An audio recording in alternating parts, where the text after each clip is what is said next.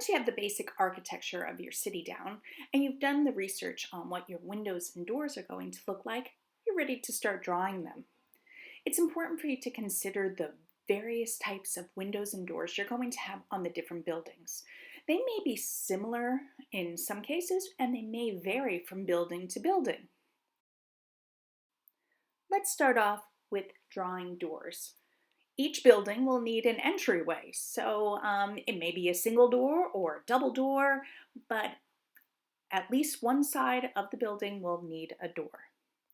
And the top part of the door is going to go to your vanishing point, and the sides of the door are going to be vertical. Now the doors on the surrounding buildings are probably going to be a similar height because, well, the same size people are going to be going into these buildings. So you can use that as a point of reference to make your other doors. You can make some of them wider doors or different shaped doors, and that's fine. Putting doors on the other side just means that I have to use my left vanishing point. So the tops of all my doors on the left side of the buildings will go to the left vanishing point. And obviously the bottom of the doors will go to that vanishing point as well because it aligns with the bottom of the buildings. Doors aren't simply rectangles pasted on the sides of buildings. They will have variation in door frames and structure and different architectural elements. And this is where you can start adding individual characteristics to your building. Keeping in mind anything that's a horizontal line will go to the vanishing point that's on the same side of that building.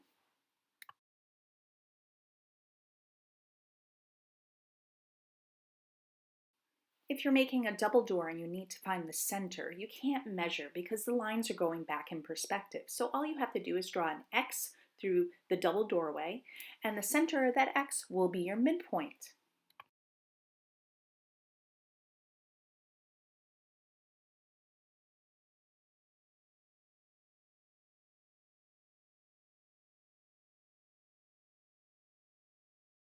Now, some of you may be curious on how to draw arches and stairs and circles and cornices, which are decorative things on top of the windows. There's another video where I go into detail on how to draw all of those things. But for now, let's just focus on windows. Windows are the same as drawing doors, except, well, they're floating. And a good way to consider the windows is you want to think about how many stories high each building is. And keep in mind, the left side of the building and the right side of the buildings, the windows need to be aligned because, well, they're on the same floor. So with a little bit of measuring and planning, you can figure out where all of your windows are going to be on one side of the building and use your ruler to align several rows of windows at the same time. Keep in mind you can position your ruler or straight edge or whatever you're using at the top or bottom of your sketchbook to help make sure that it remains perfectly vertical to keep those verticals vertical.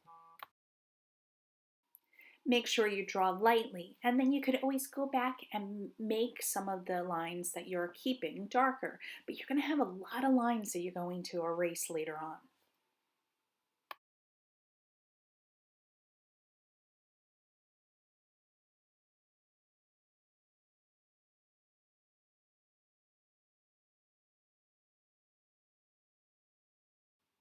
Just like with the doors, once you have the basic shape of the windows and the placement, then you can go through and add the architectural details. Think about the style of the windows that are from your inspiration city and what shapes and styles you are going to create. Keeping in mind if you're doing a high-rise that might be like all covered in windows, the design might be a little different. Here's an example of what that might look like.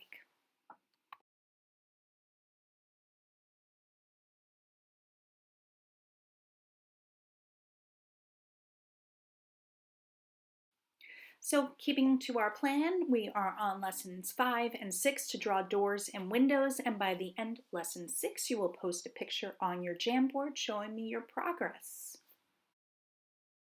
Videos showing you how to draw rooftops, sidewalks, wood cladding, brick buildings, arches, cornices, circles, and many more things are on the art site, and you can watch them now or you can wait till lesson 7 and 8.